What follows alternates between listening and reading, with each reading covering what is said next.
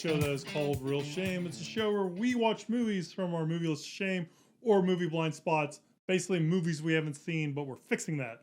I'm Adam. I'm Andy. Earlier in the week, we were watching a Spike Lee movie that takes place during a hot day in the New York area, and Andy decided to pair it with another movie that might have a similar, not presence, a location maybe? Yeah. Setting? Setting's the word. Setting and temperature and all that. So I'm going to toss it over to Andy to tell you what that movie is. Tensions are high in the summer of 1977 when a serial killer strikes in New York City, the so-called Son of Sam, David Berkowitz. Everybody's on edge in Spike Lee's Summer of Sam. Although police officials declined to discuss the contents of the note, our unofficial source said it was written by a homicidal maniac, a real sicko who lives in a nightmare world. Joey, do I look pale to you?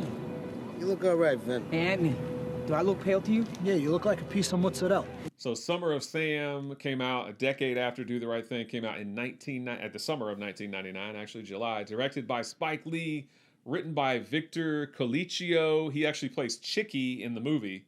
And Michael Imperioli is much more well-known to audiences, especially for like roles like The Sopranos. Yeah, Christopher Moltisanti in The Sopranos. But he's done plenty of other things. He plays Midnight in this movie. And Spike Lee has a smaller role in this movie than he did in Do the Right Thing.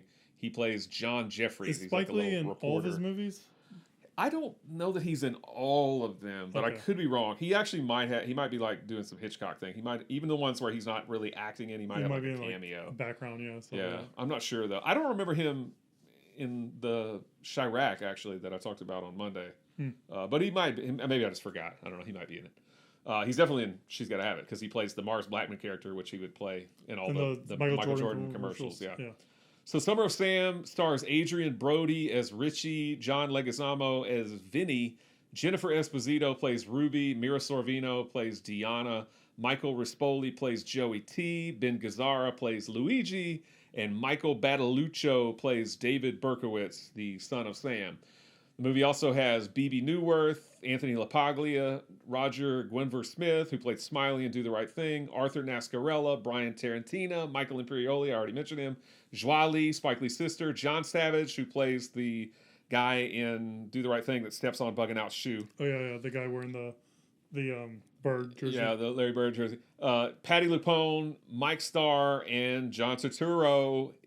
Don't look for the actor in this movie. He actually plays the voice of the dog that talks to the Son of Sam character, which is definitely the most laughable scene in the movie. To me, anyway. I like how they slow down the dog to make it fit.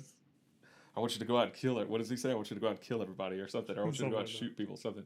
Okay, so Summer of Sam, I mentioned on Monday's episode that I became a Spike Lee fan, really not really after seeing Do the Right Thing because I just didn't get it back when I was a kid, but when I started to see like Mo Better Blues and Jungle Fever and Malcolm X and Crooklyn and stuff like that. So when Summer of Sam was about to come out at the movie theater, I remember every time the preview would come on TV, I would be like, I can't wait to see this movie. I can't wait to see this movie. So I actually went and saw it in the theater. I did not see Do the Right Thing in the theater. I saw it on VHS, but I saw Summer of Sam in the theater. Potentially opening weekend. I probably did go see it opening weekend. But this is a movie that... Have you seen this movie before? I think I also saw it in theater. Oh, you went and saw it in the theater too? I didn't know if you'd seen it or not. I remember seeing it. I remember seeing it in theaters, but I don't remember the ending, so I don't know what happened. Like I don't know if I blacked it out or whatever. But maybe the last reel cut off or like something. But I remember going to see it with my friend. Okay. But again, I don't remember the whole movie, so maybe that's a made-up memory. I don't know. Memories are funny things, guys. They really are. Okay, well, in that case, I was going to say, like, I didn't think you'd seen it before, but I guess you remember at least that you couldn't remember the ending. Yeah. Was there anything else you remembered about seeing this movie back in 1999? I'm thinking 99, I remember seeing it, and I think, like, at that time, like Seven came out 2 years earlier in 97, and that was like a really cool serial killer movie. Then we had like Fight Club, which was really interesting. I don't know if Fight Club had came out by this point, but Fight Club came out in 99. I don't remember exactly when. So I remember like being excited about the what this is going to be about, about being David Berkowitz and all that kind of stuff. But I don't remember much about what I thought about the movie or anything other than that. So yeah, I think so all I really going into this movie was the memory of, I think I've seen this before. But you couldn't remember if you liked it or disliked it when you saw it before. Yeah. Okay. So yeah, I don't think I could have remembered if I liked it or disliked it. Now I just know how I feel about it nowadays. All right. Well, that's the burning question. How do you feel about it nowadays? This movie was a chore for me to get through. I didn't like this movie at all. It's, to me, it just felt it felt overlong. Like, it felt very too long. It felt longer than the actual runtime to me. And it felt very unfocused and disjointed. Like, it's interesting pairing these two movies together because, again, there are about like this pastiche and about all these different groups of people that live and around this neighborhood and stuff like that. So that's interesting, but this doesn't have any of the, I don't want to say funness. It doesn't have any of the interestingness. It doesn't have anything that I feel like Do the Right Thing has.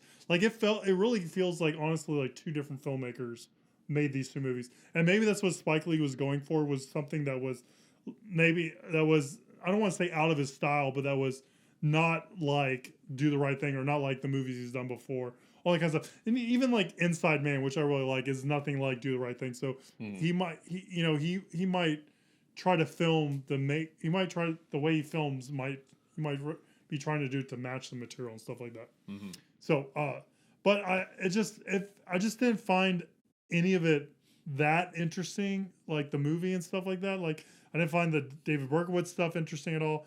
John Leguizamo was okay. Like, I mean, I didn't find him interesting with what he was going on with Deanna and all that kind of stuff. Like, all of it just, I didn't feel for any of the characters and really cared about what happened to them. So for me, it just kind of I was really just kind of looking at my metaphorical watch, just waiting for the whole movie to kind of be over. There was really, I don't want to say it's a bad movie, but there's nothing redeeming in this movie for me at all. Like, I didn't get anything out of watching it, Yeah. And I was reading it, and it was interesting because I think in the trivia they're saying like it was really going to focus more on Richie, but since John Leguizamo was so interesting and ad-libbing so much, he kind of used more John Leguizamo stuff to make the movie and make him more the primary character.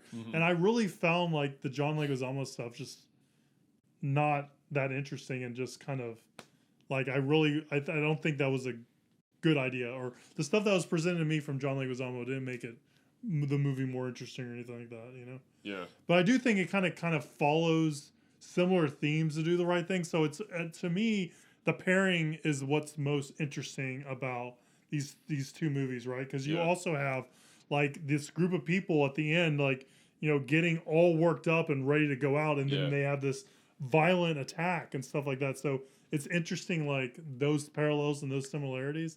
But as a movie by itself, not my thing. So I wasn't a fan, I guess, is the nice way of putting that. So you don't remember if you were a fan back in the day, or you're definitely not a fan now. This didn't convert you. No, it definitely did not. No. But you said you've seen this. Was it just the one time in theaters? Yeah, this is the second time I've seen it. So do you remember liking it or not liking it the last time you watched it? Yeah, so I was super pumped. Like I said, every time the movie trailer would come on for this, I was like, I can't wait to see this movie. I can't wait to see it. Throwing your fist in the air. And I was there, again, probably opening weekend, and I was so disappointed in this movie. Yeah.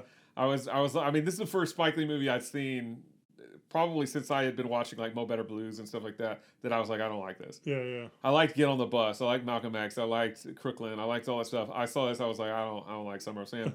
So I picked it. Yeah, like you said. I mean, I paired it again because it's another kind of New York movie. Takes place in the summer. Hot, tensions are high. That sort of thing. Also Spike Lee. So and I thought that this would be the first time you've seen it, but since you don't remember the first time you saw it, it's basically like the first time you saw it this time. And I was wondering how you would feel about it. I didn't like it in 1999. I like it even less now. I think it is a bad movie. Like you were saying, like, I don't know if I'd call it a bad movie. I would call it a bad movie. I think it's For everything, for all the reasons that you said. I mean, I don't find this movie very interesting.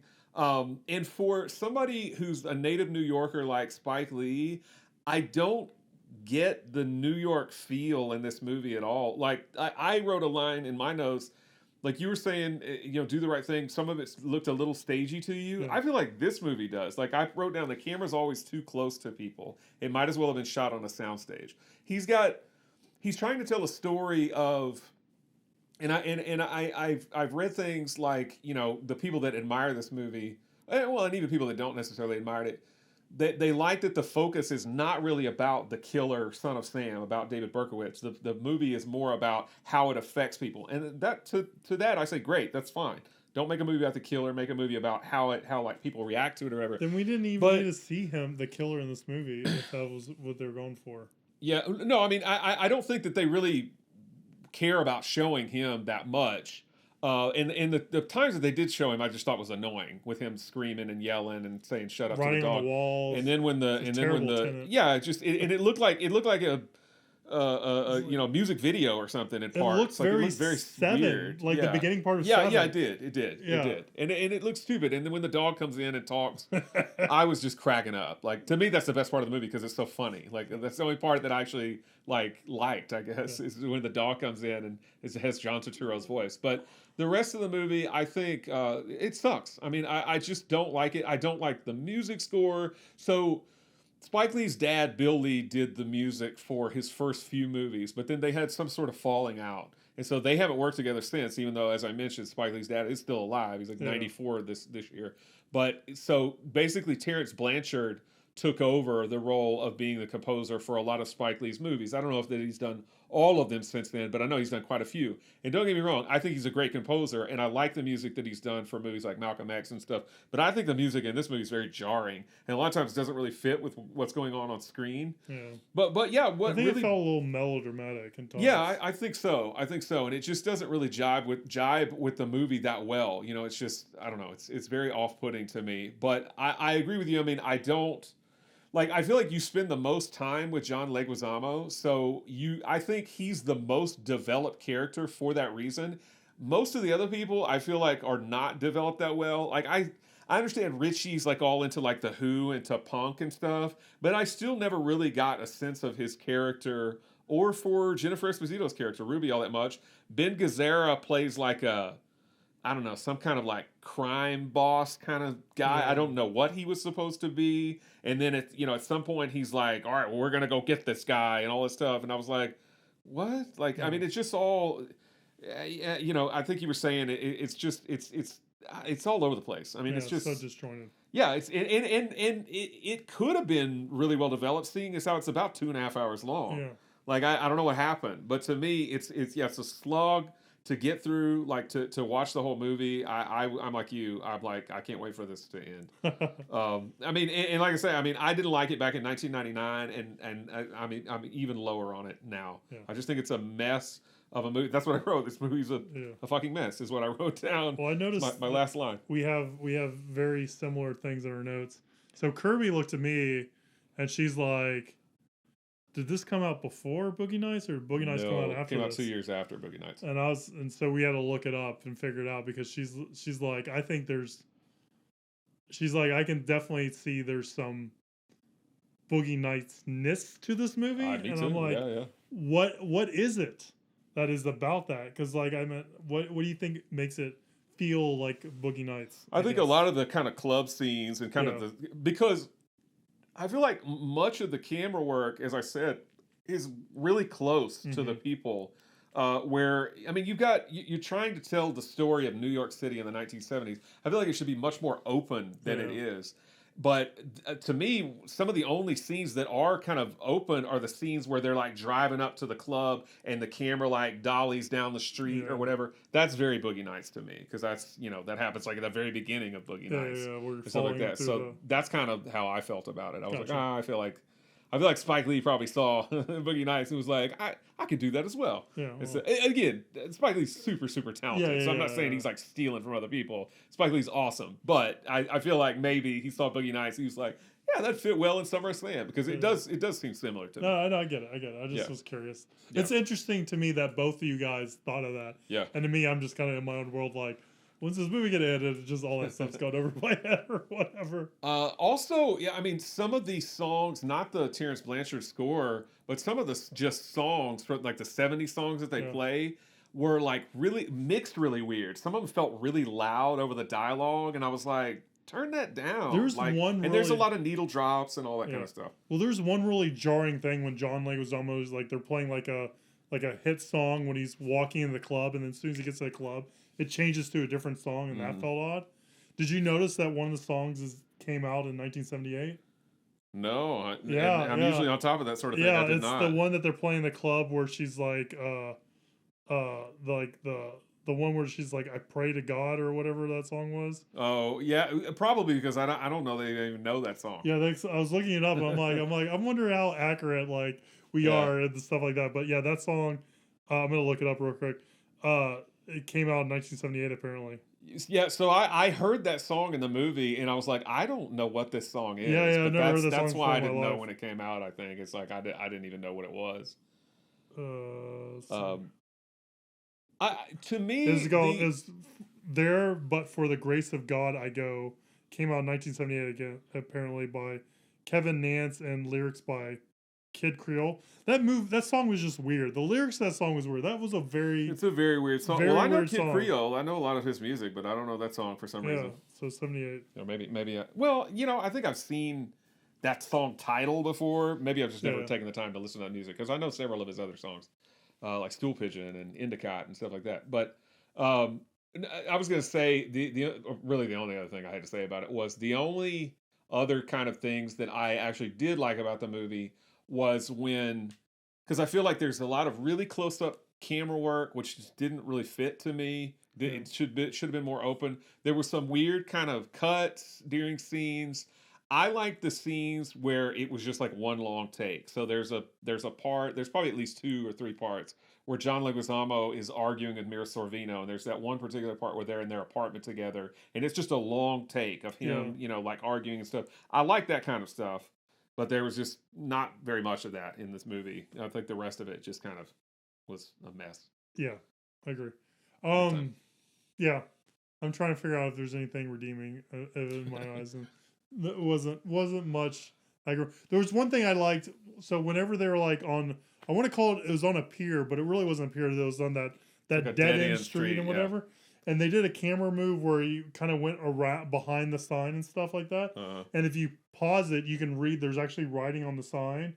So one of it is Ruby's a hoe, I think. And I forgot what the other one side said. Ruby's like a hoe or slut or something like that. I forgot what the other sign was, but I thought that was very interesting that like someone had the idea to write something on the back of that sign. Like again, it's Spike Lee kind of doing these things in the background, not where your attention's gonna be focused. That kind of makes the movie more interesting. So I did like that, and I noticed that when in that shot of the movie. Yeah, I didn't notice that. This movie is 51% fresh on Rotten Tomatoes, 59% audience. Roger Ebert, though, did like it. He gave it thumbs up. Yeah, I think he gave it like 3.5 stars in print. But Leonard Maltin only gives it 2 stars out of 4. Yeah. Yeah, so we're both not Summer of Sam fans. No, this is the last time I will watch this film. I'm with you. I will remember I don't like it. Yeah. I have this to remember. I could just look back. Right. Don't forget this time. On these Wednesday episodes, we like to answer viewer questions. On Monday's episode, we watched Do the Right Thing, and Danny Aiello got nominated for Best Actor in that. So we decided to pull a question that was, what are our favorite Danny Aiello movies? So he's been in a few movies that we've talked about on this show before. January Man was one of them.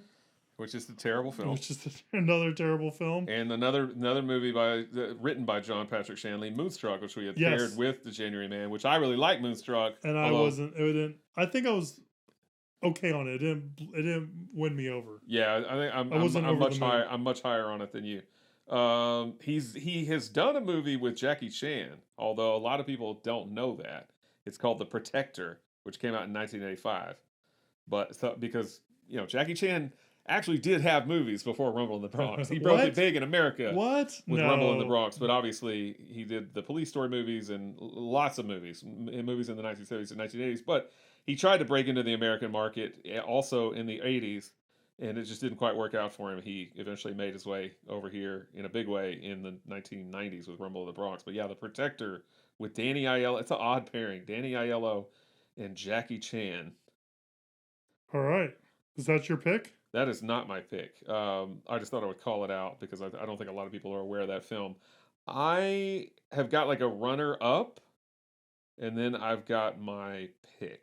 All right, I just have my pick. So my runner up would be Jacob's Ladder with Tim Robbins, which I've always thought was a pretty cool little psycho thriller kind of. I don't know what you want to call it, psychological thriller. I guess psycho makes it sound like somebody's going like Norman Bates. Psychological kind of thriller. Have you seen Jacob's Ladder? No, I don't think I have. Yeah, I think Jacob's Ladder is good. It's what's his name? Is it Adrian Lynn that did Jacob's Ladder? I guess I could look it up, huh? I think it's Adrian Lynn that did. It's not Joel Schumacher. Adrian Lynn? I don't know. Adrian Lynn, yeah, same guy that did Fatal Attraction. But I like Jacob's Ladder, and I actually, that's a movie that I've watched within the last few years again, for the second or third time, something like that, which I think holds up pretty well, even though I know what's going to happen. I still think it's good.